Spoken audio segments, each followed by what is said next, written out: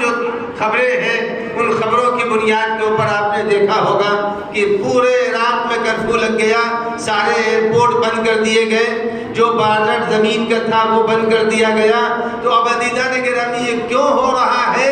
مگر کرنے والا کون ہے؟ وہ کوئی اور نہیں ہے، دشمن کا ایجنٹ ہے جو دوست کے لباس میں آیا ہے۔ تو عزیزان گرامی ہمیشہ پہچاننا چاہیے کہ دشمن جب بھی آئے گا وہ دشمنی کے الفاظ اور انداز کو اختیار نہیں کرے گا، بلکہ وہ ہمیشہ دوستی کے انداز کو اختیار کرے گا۔ اور اب میں آپ کی خدمت میں کب انسان بہک جائے؟ دیکھیے بارش ہو رہی ہے، کب پھسل جائے اس سے تو کوئی نہیں جانتا، کب جو ہے پینٹ کے اوپر چھینٹ پڑ جائے اسے کوئی نہیں جانتا، مگر بچنے والے بچاتے ہیں، بچنے والے اپنے کو بچاتے ہیں۔ تو یہ بات ذہن میں ہر جوان کے رہے کہ کب ہم بہک جائیں۔ اسی لیے دعاؤں کا فقرہ ہے کہ ربنا لا تزغ قلوبنا بعد اذ ہدیتنا، اے پالنے والے ہدایت کے بعد مجھ کو گمراہ نہ کرنا۔ اب میں آپ کے سامنے دو چار نظیریں پیش کر دوں تاکہ پتہ چل جائے انسان کس قدر بہک سکتا ہے۔ اب میں آپ کے سامنے کس کی تعریف بیان کروں؟ سب جانتے ہیں، ایک ایک بچہ پہچانتا ہے۔ شمر کو کون نہیں جانتا؟ شمر کو کون نہیں جانتا؟ اب آپ کو میں بتاؤں کہ شمر کی تاریخ کیا ہے، مگر کب بہک جائے آدمی؟ تو میں کیا کروں، جھک رہا تو میں کیا کروں؟ سلوات پڑھتے ہیں۔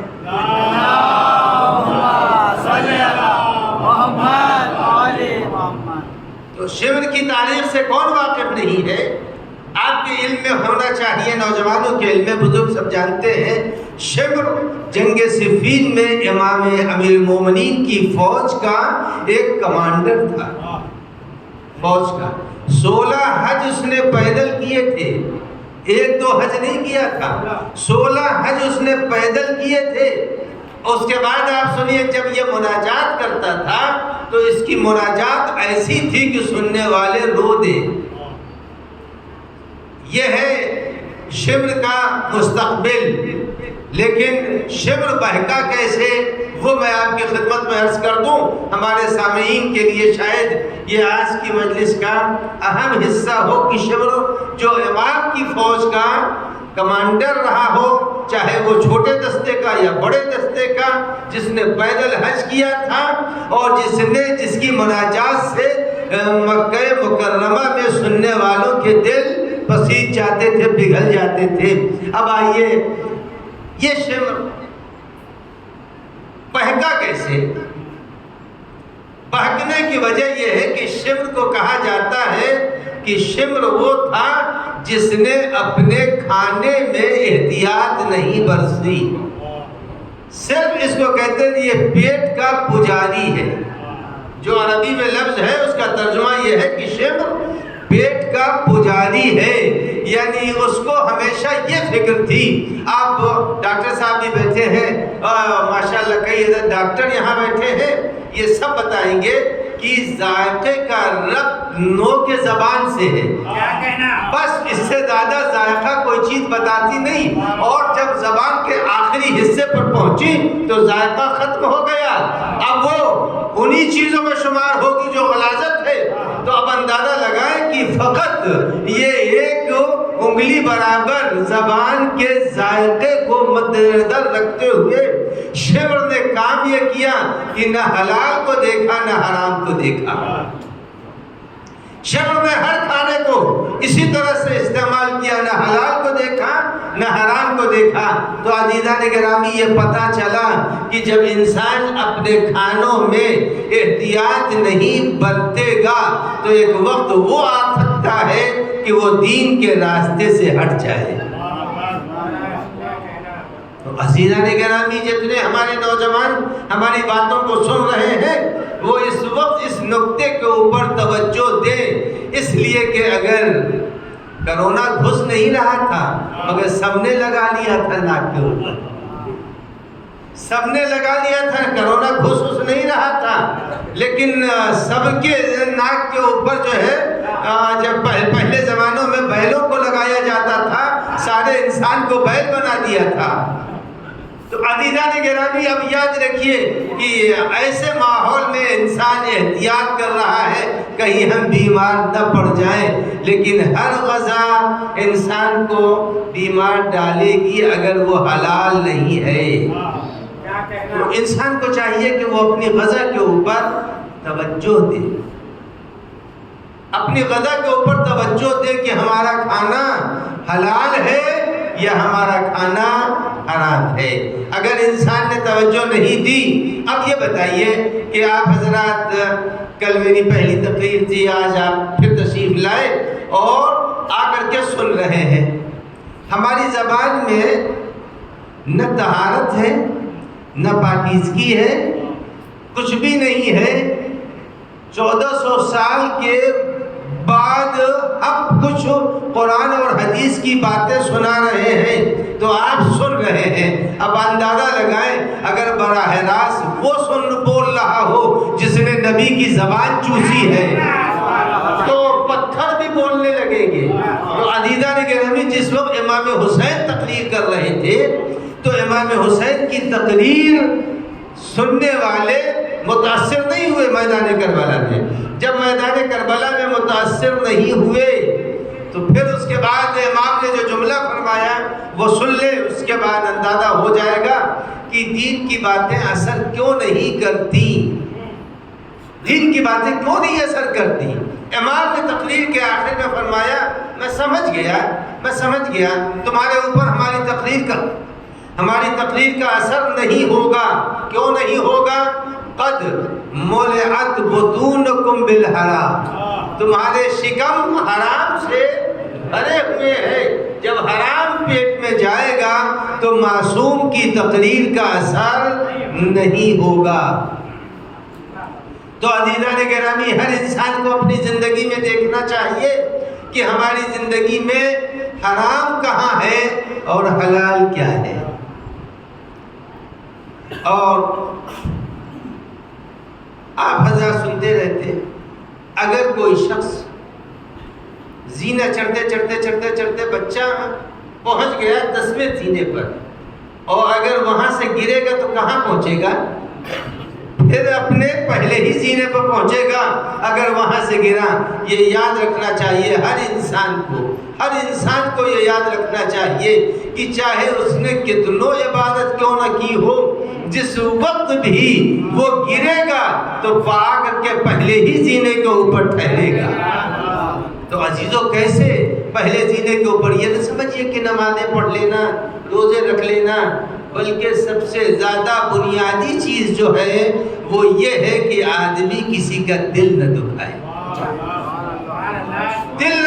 جو حدیث ہے میں وہ سنانے جا رہا ہوں، حدیث کو سنیے گا۔ معصوم نے فرمایا آنے والا زمانہ وہ ہوگا، دیکھیں سب کو کرونا تھوڑی ہو گیا، لیکن آدمی بچ رہا تھا کرونا سے، نا بچ رہا تھا۔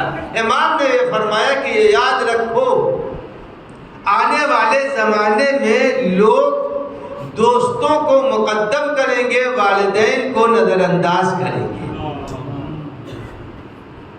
یہ بیماری ہے جس کا تذکرہ معصوم نے فرمایا، والدین کو نظر انداز کریں گے اور دوستوں کو مقدم کریں گے۔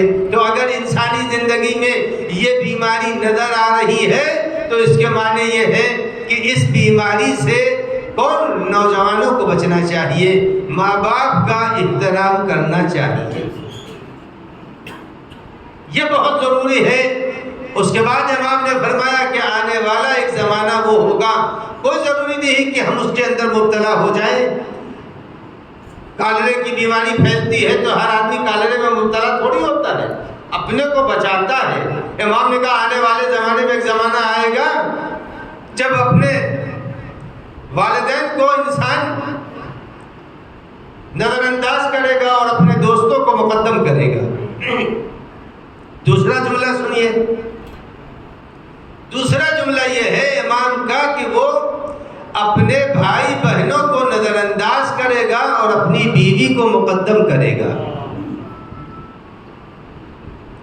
اچھی بات ہے، بیوی کا خیال رکھنا ضروری ہے، چونکہ آپ نے ایک ذمہ داری قبول کی ہے، لیکن یہ معنی نہیں ہے اگر اس ہاتھ سے کھانا کھایا جاتا ہے تو اس کو لکڑی سے مارا نہیں جائے گا۔ یہ ہاتھ اگر ہمارا ہمیں روزی دے رہا ہے تو اس کو ہم جلانے کے لیے نہیں ہے۔ کہا دنیا میں دونوں رشتے ہیں، ایک رشتہ وہ ہے جو بھائی بہن کا ہے، ایک رشتہ وہ ہے جو بیوی کا ہے۔ بیوی کو بیوی کا حق ملنا چاہیے، بھائی بہنوں کو بھائی بہنوں کا حق ملنا چاہیے۔ ایک صلوات پڑھ دیں محمد وعلی محمد۔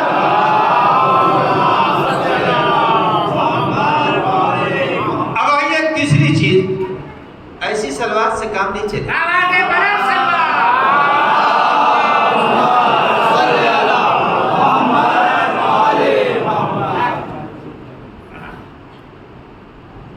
اس کے بعد پیغمبر اکرم نے فرمایا اگر تین چیزیں نہ ہو تو تمہارے اوپر عذاب آ جائے گا۔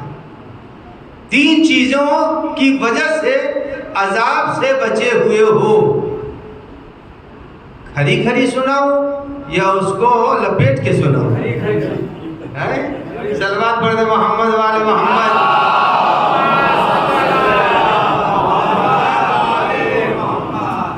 تو عزیزان گرامی، ڈاکٹر حضرات نے تشریف فرما ہے کڑوا کیپسول کی دوا کڑوی ہوتی ہے لیکن غلاف اس کا میٹھا ہوتا ہے۔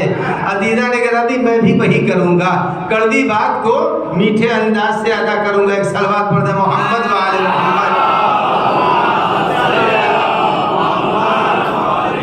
عزیزوں، اگر تین چیزیں نہ ہو تو پیغمبر فرما دے تم پر عذاب آ جائے گا۔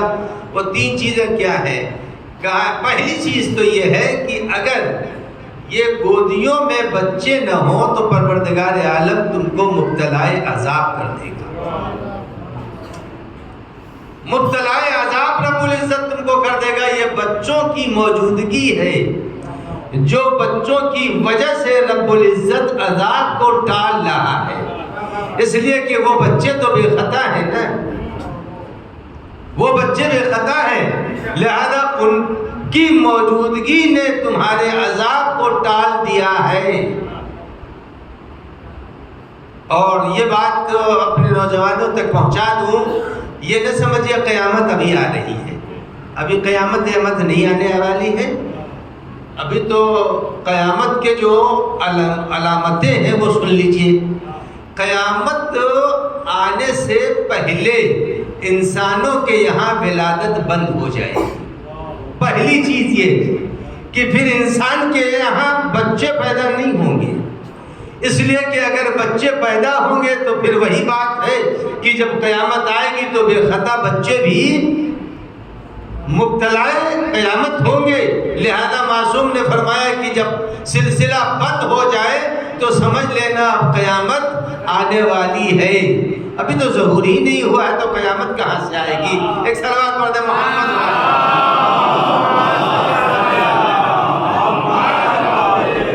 اور دل لگا کے صلوات۔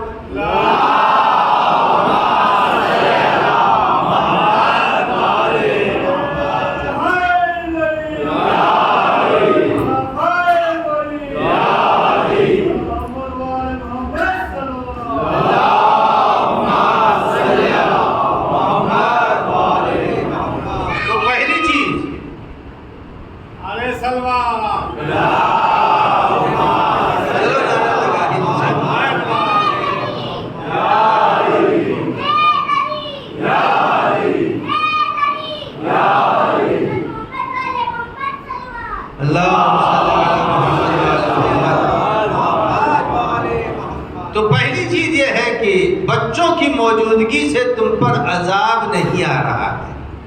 اس کے بعد دوسری چیز جو بتائی ہے پیغمبر اکرم نے کہ تم پر عذاب کیوں نہیں آ رہا ہے، اس کی ایک وجہ یہ ہے کہ شکریہ آدمی تو ادا کرتا ہی رہتا ہے۔ آج کی میری تقریر کے بعد سے اب شکریہ کس کا ادا کیجیے گا وہ آپ کا کام ہے، ہم پڑھے دے رہے ہیں بس۔ ایک صلوات پڑھ دیں محمد وعلی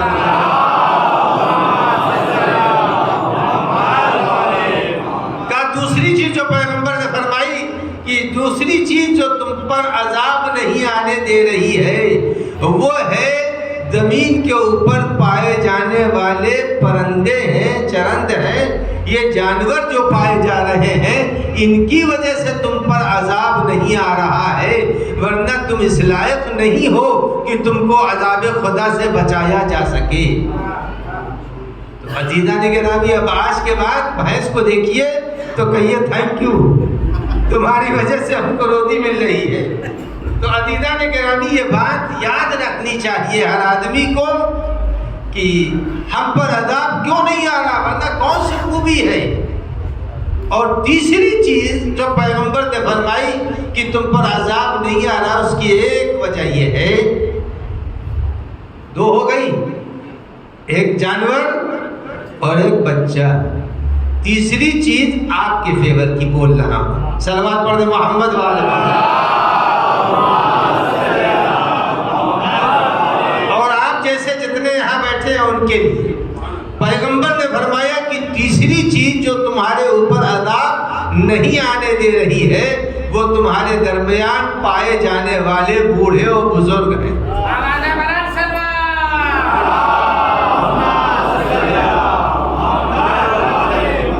تو عزیزوں، یہ یاد رکھیں آپ کہ بزرگوں کی موجودگی بھی ہر گھر کے اندر اللہ کی رحمت کے نازل ہونے کا ذریعہ ہے۔ اپنے گھر کے بزرگوں کی اہانت نہیں کرنا چاہیے، اور جن کی مفاتیح ہے شیخ عباس قمی کی، انہوں نے تو ایک حدیث بھی بیان کر دی، انہوں نے کہا جس گھر کے اندر زیادہ خوش مت ہو جائیے گا، صلوات پڑھتے محمد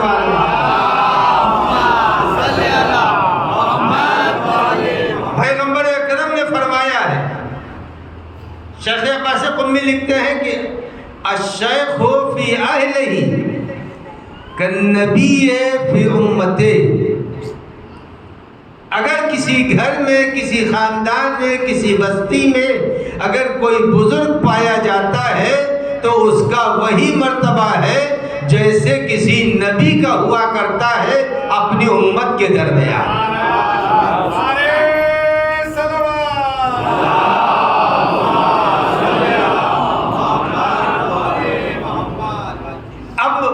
یہاں تک میں آپ کے ذہنوں کو لے آیا کہ عذاب کیوں نہیں ہو رہا ہے اور آدمی انسان کیسے بنے گا۔ دیکھیے، دو چیزیں ہیں، میں بارہا بیان کرتا رہتا ہوں اور مدتوں سے ایک مثال دے رہا ہوں، یہاں بھی دے چکا ہوں۔ دیکھنے میں انسان بہت اچھا لگتا ہے، دیکھنے میں بہت اچھا لگتا ہے، کھیتوں میں چھڑکے جانے والی دوا کی شیشی بہت اچھی ہوتی ہے، لیکن جب اس کا ڈھکن کھولا جاتا ہے تو اتنی بدبودار ہوتی ہے جس کی کوئی انتہا نہیں ہے۔ بس یہی حال انسان کا ہے، انسان دیکھنے میں بہت اچھا لگتا ہے، لیکن جب موت ڈھکن کھولتی ہے تو سمجھ میں آتا ہے یہ انسان ہے یا ابلیس ہے یا یہ شمر ہے یا یزید ہے۔ عزیزان گرامی، آج معاشرے کے اندر جو چیزیں بہت زیادہ برائی کا باعث ہو رہی ہیں، وہ برائی کی باعث کیا چیزیں ہو رہی ہیں، میں اس کی طرف اشارہ کر دوں، کوئی یہ نہ سمجھے۔ میں ایک جگہ مجلس پڑھنے گیا تو مجھے پہنچنے میں دیر ہو گئی تھی، تو جیسے ہی میں سواری سے اترا سوز خانی شروع ہو چکی تھی، بلا فاصلہ میں بیٹھ گیا، ممبر کے اوپر میں نے مجلس پڑھ دی۔ جب مجلس پڑھ دی تو ایک صاحب نے کہا اگر آپ کو میں نے آتے ہوئے نہ دیکھا ہوتا تو میں سمجھتا کہ کسی نے آپ کے کان میں بات ڈالی ہے، لہذا آپ نے آج ایسی مجلس پڑھی ہے۔ عزیزان گرامی، یاد رکھیے آپ ہی کے درمیان کا میں بھی ہوں، اور آپ سے زیادہ مجھے ایک مسئلے کی اطلاع ہے، اور وہ مسئلہ کیا ہے؟ ہمارے قوم میں طلاق بہت زیادہ ہو رہی ہے، نا اتفاقیاں میاں اور بیوی میں بہت زیادہ ہو رہی ہے۔ عزیزان گرامی، ٹیشو پیپر نہیں بنانا چاہیے زندگی کو، زندگی کو ٹیشو پیپر نہیں بنانا چاہیے۔ آپ کیا سوچ رہے ہیں؟ آپ اگر وہی عمل آپ کی بیٹی اور بہن کے ساتھ ہو تو اچھا لگے گا؟ نہیں اچھا لگے گا۔ جب ہم کو اپنی بیٹی اور بہن کے ساتھ وہ عمل اچھا نہیں لگتا ہے تو کسی دوسرے کی بیٹی کو لا کر کے اس کو کسی مندر تک پہنچا کر کے پھر اسے چھوڑ دینا، یہ پیغمبر کی سیرت نہیں ہے، اہل بیت کی سیرت نہیں ہے، ائمہ طاہرین کی سیرت نہیں ہے۔ عزیزان گرامی، اس نقطے کے اوپر ہر جوان کو توجہ دینی چاہیے۔ میں نے یہ دیکھا لہریں، آپ نے دیکھا ہے دریاؤں کے اندر لہریں ٹکراتی ہیں مگر ٹکرا کے آگے بڑھتی ہیں۔ جب لہریں ٹکرا کے آگے بڑھ رہی ہیں تو ہماری زندگی کی بھی اگر میاں اور بیوی کے درمیان ٹکراؤ ہو جائے تو ٹکراؤ کے بعد راستہ نہیں بدلنا چاہیے بلکہ راستے کو آگے بڑھا دینا چاہیے۔ تو سب سے بڑا مسئلہ یہ ہے کہ اس وقت اور آپ کو بتا دوں کہ کیا مصیبت آنے والی ہے۔ دو حق ہے، دو حق، نماز، روزہ، حج، زکوٰۃ، یہ جتنے بھی فروع دین ہیں، اگر کوئی فروع دین میں بہت زیادہ پختہ ہو، قرآن میں ایک آیت ہے بغیر علم ولا ہدی، اس آیت کریمہ کی تفسیر میں جو واقعہ ہے میں سنا رہا ہوں۔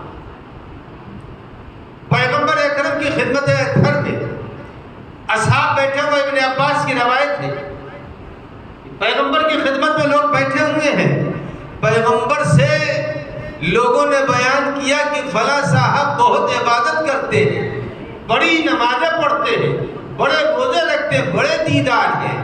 پیغمبر اکرم نے جب ان کا ذکر سنا تو فرمایا میں نہیں پہچانتا،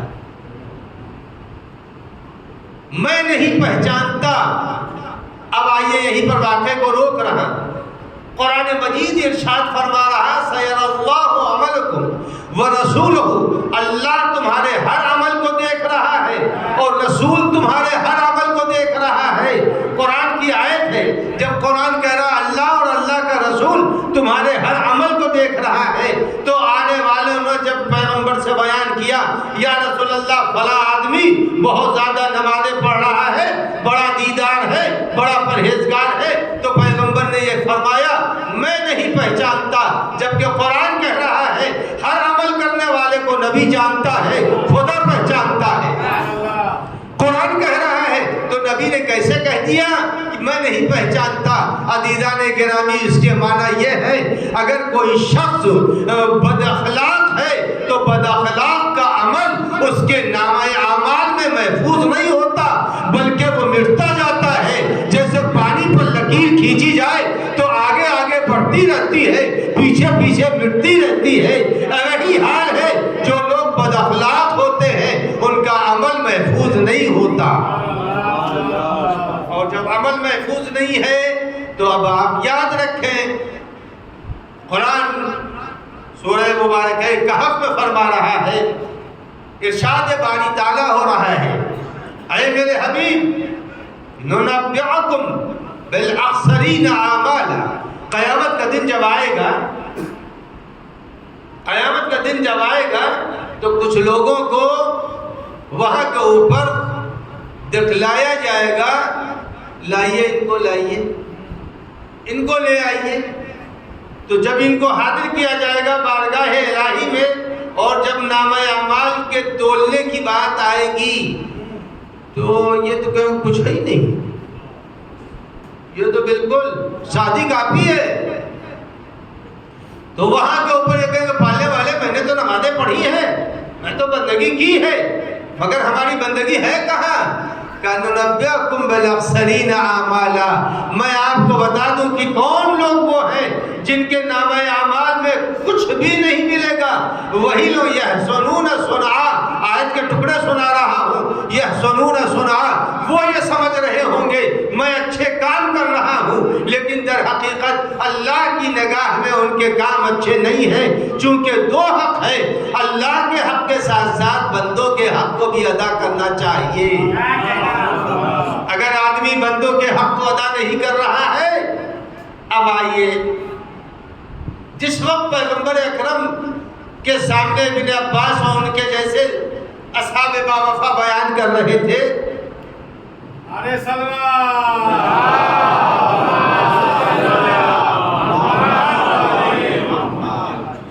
نہیں ایسی سلوات سے تو کچھ بھی نہیں چلے گا بھائی۔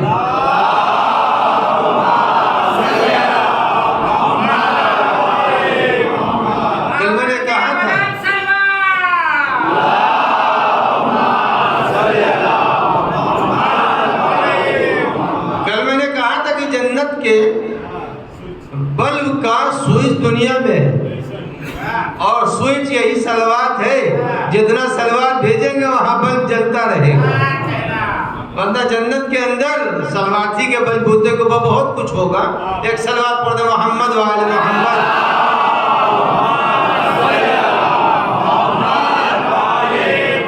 اب سنیے، جب پیغمبر اکرم سے یہ گفتگو ہو رہی تھی تو ابن عباس کہتے ہیں کہ اچانک وہ آدمی نبی اکرم کے سامنے سے گزرا تو لوگوں نے کہا یا رسول اللہ یہی تو ہے۔ تو وہاں کے اوپر 3 آدمی بیٹھے تھے۔ پیغمبر نے پہلے آدمی سے کہا، آپ پہلے کو سمجھ گئے، مجھے بتانے کی ضرورت نہیں ہے، صلوات پڑھ دیجئے محمد وآل محمد۔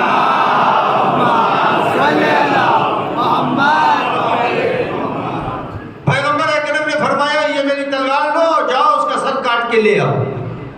جب وہ وہاں پہنچے تو دیکھا کہ وہ سجدہ کر رہا ہے، لہذا واپس چلے آئے۔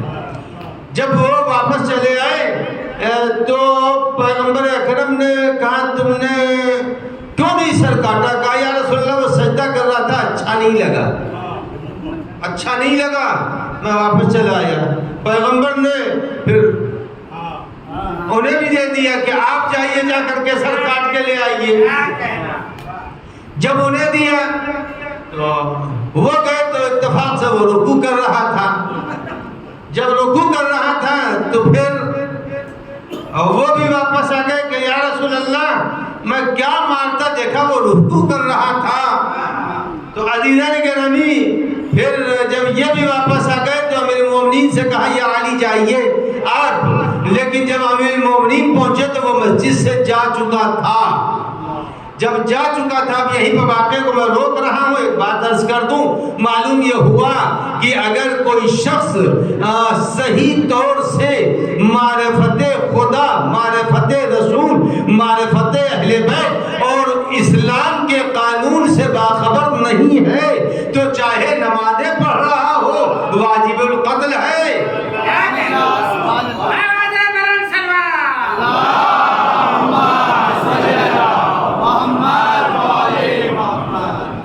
تو فرمایا کہ یا رسول اللہ وہ تو جا چکا، وہاں پر ہے نہیں۔ تو اب پیغمبر نے فرمایا کہ یا علی یاد رکھیے گا وہ آپ ہی کے ہاتھوں سے مارا جائے گا۔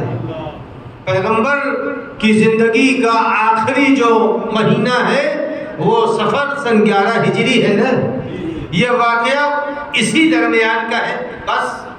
اور جنگ صفین کب ہوتی ہے؟ سن 36 ہجری میں۔ جنگ صفین سن 36 ہجری میں ہوتی ہے۔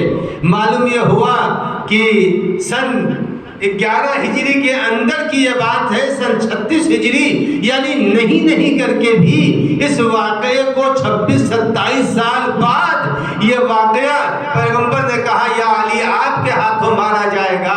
ابن عباس کہتے ہیں جنگ صفین میں یہ آدمی امیر المومنین کے ہاتھوں مارا گیا۔ تو میرے عزیزوں، میرے سننے والے محترم سامعین، یہ یاد رکھیے کہ فقط حقوق خدا کو ادا کر دینا انسانی زندگی کا کمال نہیں ہے، بلکہ حقوق خدا کے ساتھ حقوق الناس کا بھی احترام کرنا چاہیے۔ اور جب دونوں کا احترام ہوگا تب جا کر کے اگر کہیں حق خدا ادا ہو گیا اور حق مومن ادا نہیں ہوا تو اس کا انجام بھی سن لیجئے۔ ایک صلوات پڑھ دیجئے محمد وآل محمد۔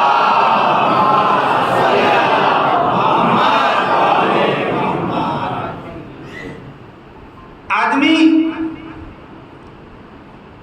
شیر ہو جاتا ہے اپنی بیوی کے سامنے، اپنی بیوی کے سامنے شیر، اور باز کے سامنے تم ہلاتا رہتا ہے۔ یہ نہ سمجھیے کہ یہ انسانی زندگی میں آپ حضرات نے بہت نام سنا ہے، بہت نام سنا ہے، آیت اللہ العظماء بہجت کا بہت نام سنا ہے۔ ہو سکتا ہے ایک مومنین میں ان میں کسی نے دیکھا بھی ہو۔ آیت اللہ بہجت کے لیے یہ ہے، ان کا یہ ارشاد ہے کہ آدمی اسی دنیا میں جو چاہے کر لے، جو چاہے کر لے، یہ انہوں نے کہا ہے۔ ہم لوگوں نے بارہا سنا ہے۔ جناب فضہ اسی دنیا میں تو تھی، نبی تو نہیں تھی، معصوم نہیں تھی، مگر جناب فضہ کے کردار میں اتنی بلندی اور پاکیزگی تھی کہ جب وہ چاہتی تھی، جب پیغمبر آئے ہیں گھر میں اور ام المومنین نے نبی اکرم کو دیکھا تو فاطمہ زہرا سے یہی پوچھا تھا نا کہ بیوی آپ نے بلایا ہے، زمانہ ہے رمضان کا اور وقت ہے افطار کا، پیغمبر ایسے آ رہے ہیں جیسے کسی نے افطار پر بلایا ہو۔ تو کہا میں نے تو نہیں بلایا۔ یہ کے بعد دیگرے بچوں سے پوچھا، بچوں نے بھی کہا میں نے نانا کو نہیں بلایا۔ خود امیر المومنین نے فرمایا میں نے بھی نہیں بلایا۔ پھر اس کے بعد فضہ سے پوچھا، فضہ تم نے بلایا؟ تو کہا ہاں ہم نے بلایا ہے۔ تو امیر المومنین نے فرمایا بتا تو دیا ہوتا، سامان افطار کر دیتا۔ تو آپ پریشان نہ ہو، میں سامان افطار خود ہی کر لوں گی، میں خود ہی مہیا کر لوں گی۔ تو کیا کیا، فضہ نے نبی گھر میں ہے بس زمین پر سجدہ کیا اور کر کے اتنا کہا کہ پالنے والے میں فاطمہ کی کنیز ہوں، آبرو رکھ لے، فاطمہ کی کنیز ہے، آبرو رکھ لے۔ عزیزان گرامی، فضہ نبی نہیں ہے، معصوم نہیں ہے۔ اگر کسی انسان کے اندر محبت اہل بیت ہے تو اسی دنیا کے اندر وہ جنت کا کھانا بھی منگوا سکتا ہے اور ہر حالت میں اپنے کو بارگاہ الہی میں بلند سے بلند مرتبے تک پہنچا سکتا ہے۔ ایک صلوات پڑھ دے محمد وآل محمد۔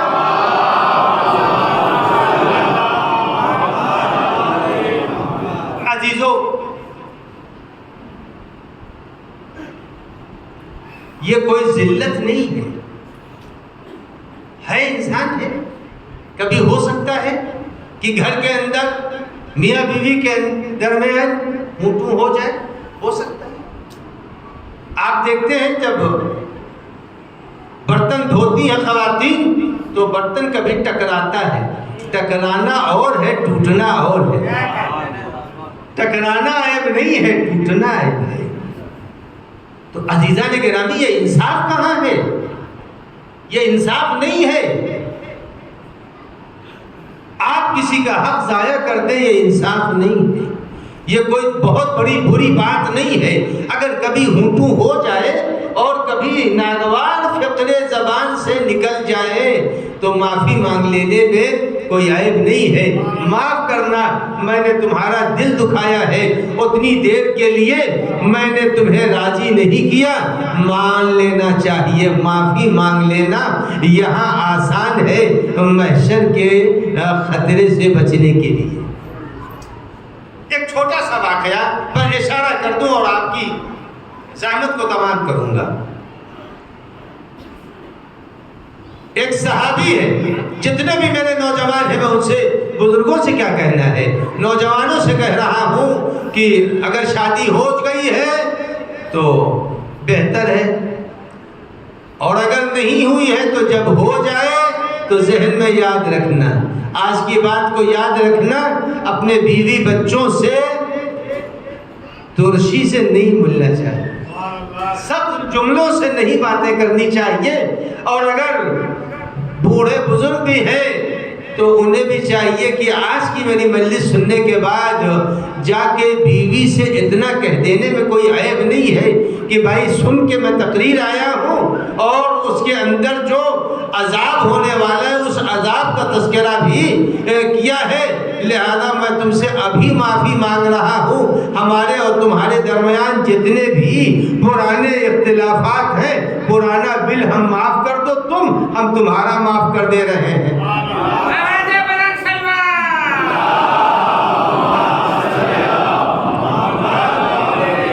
اب میں ایک بات آپ کی خدمت میں عرض کر دوں جو تاریخ کا سچا اور اہم واقعہ ہے، آپ سب نے سنا ہوگا۔ سعد بن معاذ کا نام سب نے سنا ہے، جتنے بھی نوجوان ہیں وہ سنے، اور جتنے بزرگ ہیں اگر گزر گئی ہے زندگی تو بھی اپنی گزری ہوئی زندگی کی خامیوں کو آج بھی دور کیا جا سکتا ہے۔ یہ نہیں کوئی بری بات نہیں ہے، بیوی سے معافی مانگ لینے میں کوئی چھوٹا تھوڑی ہو جائے گا، کوئی چھوٹا نہیں ہو جائے گا.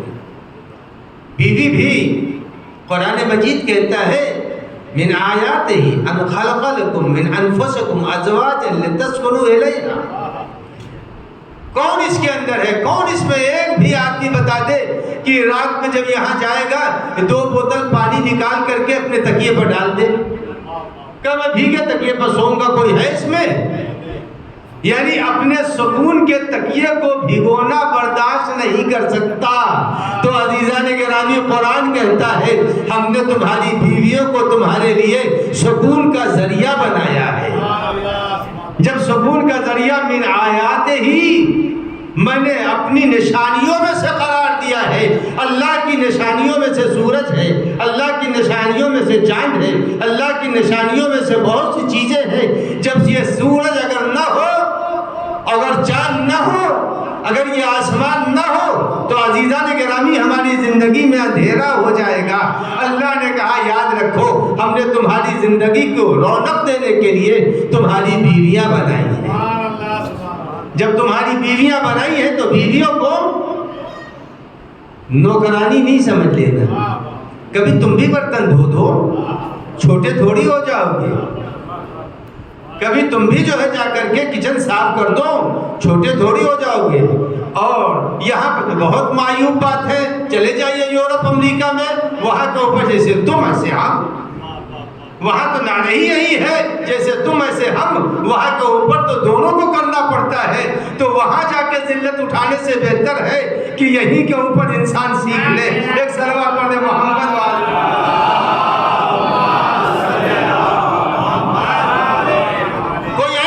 میرے عزیزوں، میرے نوجوانوں، کوئی عیب نہیں. یہ مل جل کے زندگی گزارنا کوئی عیب نہیں ہے. ایک وقت میں اگر اس نے چائے صبح میں نہیں بنائی تو آپ بھی بنا سکتے ہیں. کیا ہے، ساری سہولتیں تو زندگی میں ہے. کوئی لکڑی پھونک کر کے آپ کو چائے تھوڑی بنانی ہے، گیس کے چولہے پہ بنانی ہے. جب گیس کے چولہے پہ بنانی ہے اور الیکٹرک والی کیتلی موجود ہے تو بنا دیجئے. کاہے کے لیے اس کے اندر آپ اپنے بیوی بچوں کو جگا کر کے چائے بنا دو؟ آپ معلوم ہوتا فرشتہ موت ہے، موت کا فرشتہ ہے. جیسے وہ سوتے ہوئے کو جگائے گا اور روح لے کے چلا جائے گا. تو عزیزان گرامی شوہر بنیے، ملک الموت مت بن جائیے. صلوات پڑھتے محمد وآل محمد.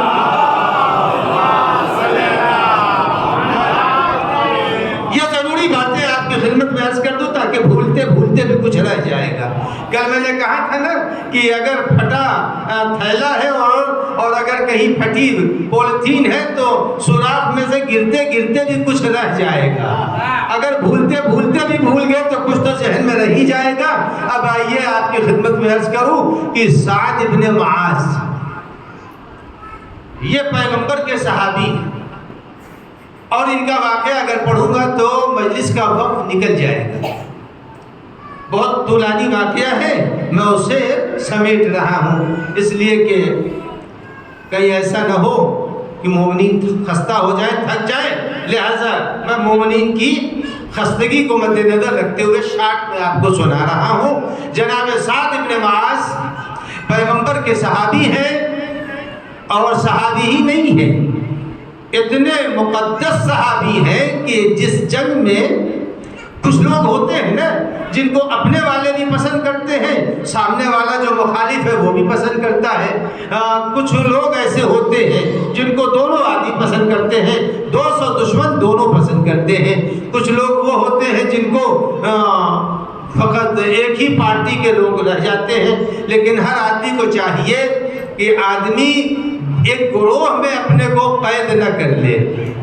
کسی گروہ میں اپنے کو قید نہیں کرنا چاہیے. میرے مومنین کی ایک حدیث ہے، حدیث کا ایک ٹکڑا سنا رہا ہوں کہ یاد رکھنا تم جاننے والوں کو چاہیے کہ سورج کی طرح سے رہو، چاند کی طرح سے رہو.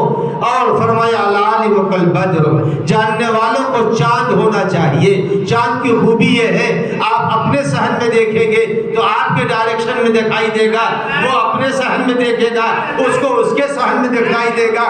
تو کہا تم کو ایسا ہونا چاہیے جو اپنے تم کو ہر آدمی اپنا کہہ رہا ہو، یہ نہ کہے یہ فلاں کے ساتھی ہے، یہ فلاں کے دوست ہیں.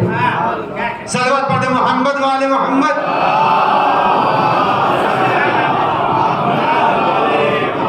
اور وہ پیچھے والے خالی تماشا دیکھ رہے ہیں.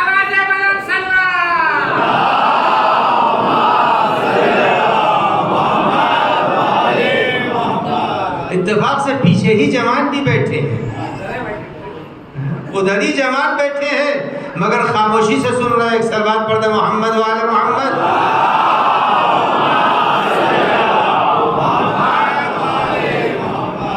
تو جناب سعد بن معاذ اتنے ہی مقدس تھے کہ دشمن بھی ان کو قبول کرتا تھا, دوست بھی, پیغمبر کے ساتھی تھے, صحابی تھے, لہذا ان کی دعا بھی بہت مستجاب ہوتی تھی. اتفاق سے جب شہادت ہو گئی ان کی, سعد بن معاذ کی, تو پیغمبر اکرم نے فرمایا جب سعد کو کا جنازہ دفن کے لیے جانے لگے تو مجھے خبر دے دینا. باقی میں دفن ہے. پیغمبر نے نماز جنازہ پڑھائی. کس نے پڑھائی؟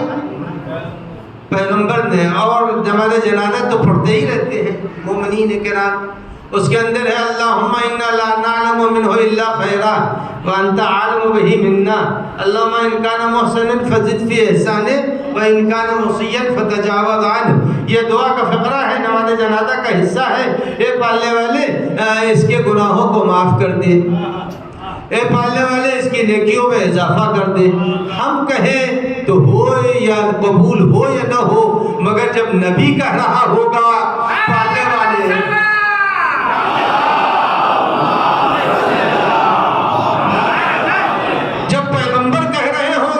کہ پالنے والے اس کی نیکیوں میں اضافہ کر دے, اس کے گناہوں کو معاف کر دے, تو آپ بتائیے وہ دعا کا فقرہ جب ٹکرائے گا مشیت کے دروازوں سے تو قبول ہوگا یا نہیں ہوگا؟ ہوگا. جب قبول ہوگا تو اب پیغمبر نے نماز جنازہ پڑھائی. نماز جنازہ پڑھا کے نبی اکرم اب جنازے کے ساتھ چلنے لگے. جب چل رہے تھے تو پنجوں کے بل چل رہے تھے, ایسے ایسے چل رہے تھے. جب یوں چل رہے تھے تو لوگوں نے پوچھا یا رسول اللہ آپ یوں کو چل رہے ہیں؟ تو کہا کہ سعد کے جنازے میں اتنے فرشتے آئے ہیں کہ زمین پر قدم رکھنے کی جگہ نہیں ہے. یہاں تک آپ نے سن لیا کتنا مقدس صحابی ہے. اور جب دفن ہو گیا اور کیوں یہ ہوا تھا وہ بھی سن لیجئے, ورنہ چھوٹ جائے گی بات, ادھوری رہ جائے گی. تو ایک سلوات کے ساتھ آپ کو سنا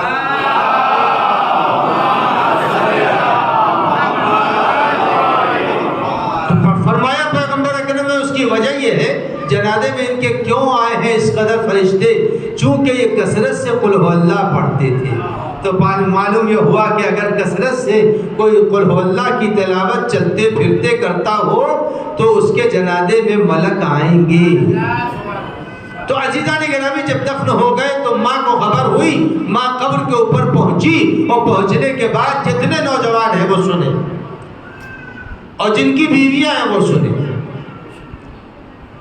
جب ماں کو خبر ہوئی تو قبر کے اوپر ماں پہنچی, اور جب ماں پہنچی ہے قبر کے اوپر تو اس نے مخاطب کیا بیٹے کو, قبر میں بیٹا ہے. ماں نے مخاطب کیا بیٹا تمہیں جنت مبارک ہو.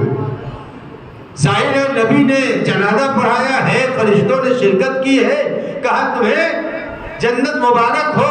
جب یہ فقرہ سنا تو نبی نے فرمایا ہاں یقیناً یہ جنت کا ایک لائق تو ہے, لیکن ابھی جنت سے پہلے ایک عذاب پہ مبتلا ہے. لفظ عذاب سنا تو لوگوں کے دل ہلنے لگے, یا رسول اللہ اتنے شرف کے بعد بھی عذاب ہے؟ کہا ہاں, چونکہ یہ اپنی بیوی کے ساتھ بد اخلاق تھے. تو معلوم یہ ہوا اگر نبی جنازہ پڑھا رہا ہو, فرشتے شرکت کر رہے ہوں, تو یہ ساری چیزیں الگ ہیں, مگر حق العباد الگ ہے. بندوں کے حق کی رعایت کرنا ضروری ہے. تو میرے جتنے بھی ناظرین و سامعین ہیں, اگر عورتیں سن رہی ہیں تو انہیں چاہیے وہ شوہر کا احترام کریں, اور اگر مرد جتنے ہمارے سامنے ہیں ان سے گزارش ہے یہ اپنی بیویوں کا احترام کرے. جب دونوں طرف سے احترام ہوگا تو کبھی بھی اختلاف نہیں ہوگا. جب اختلاف نہیں ہوگا گھر آباد رہے گا.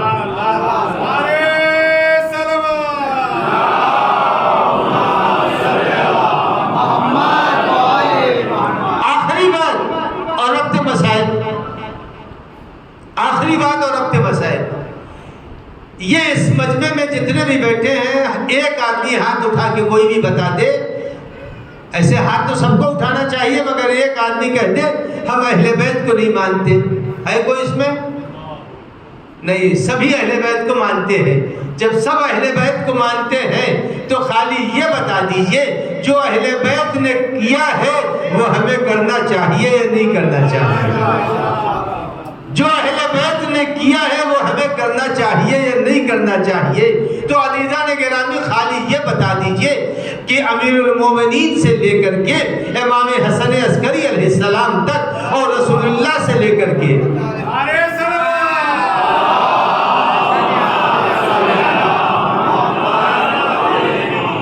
پیغمبر سے لے کے امیر المومنین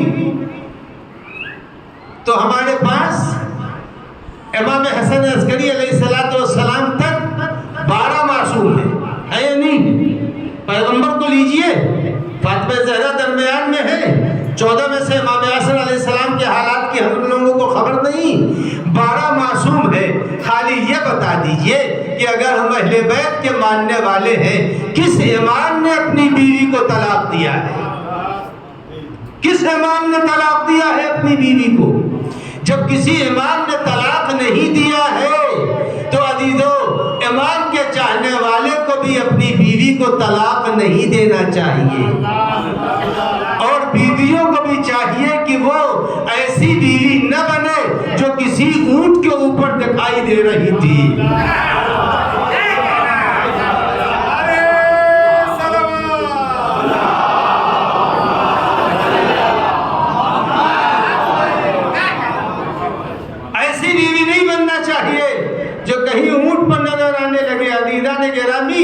ایسی بیوی بننی چاہیے کہ جو غمخور بھی ہو غمگسار بھی ہو. تو عزیزان گرامی آج کی میری تقریر کا یہ حصہ یہی پر تمام ہوا. اور ایک اعلان آج بھی کر رہا ہوں اور آخری مجلس کے لیے بھی کر رہا ہوں. اور وہ اعلان یہ ہے کہ آخری مجلس جو میری ہوگی وہ ختم ہو جائے گی 9 بجے. صحیح اعلان ہے؟ مسکین صاحب کی اجازت سے بتا رہا ہوں چونکہ میں بلا فاصلہ مجلس کے روانہ ہو جاؤں گا، لہٰذا آپ حضرات آخری مجلس میں صحیح وقت پر پہنچیے گا تاکہ جو باتیں کہنی ہیں وہ آپ کی خدمت میں پہنچا سکوں. ایک صلوات پڑھ دے محمد وعلی محمد. تو عزیزو یہ ایام عزا ہے اور ایام عزا میں سفر کا مہینہ ہے. اور جب سفر کا مہینہ ہے سفر کے مہینے میں بڑے حادثے ہوئے. ایک حادثہ تو یہی ہے کہ وہ بیٹی نہ رہی جو حسین کے سینے پر سوتی تھی، وہ اسی سفر میں نہ رہی. عزیزان گرامی میں سارے مسائل چھوڑ رہا ہوں اور آپ کے ذہنوں کو لے کے چل رہا ہوں اس دن جس دن اہل بیت رہا ہوئے.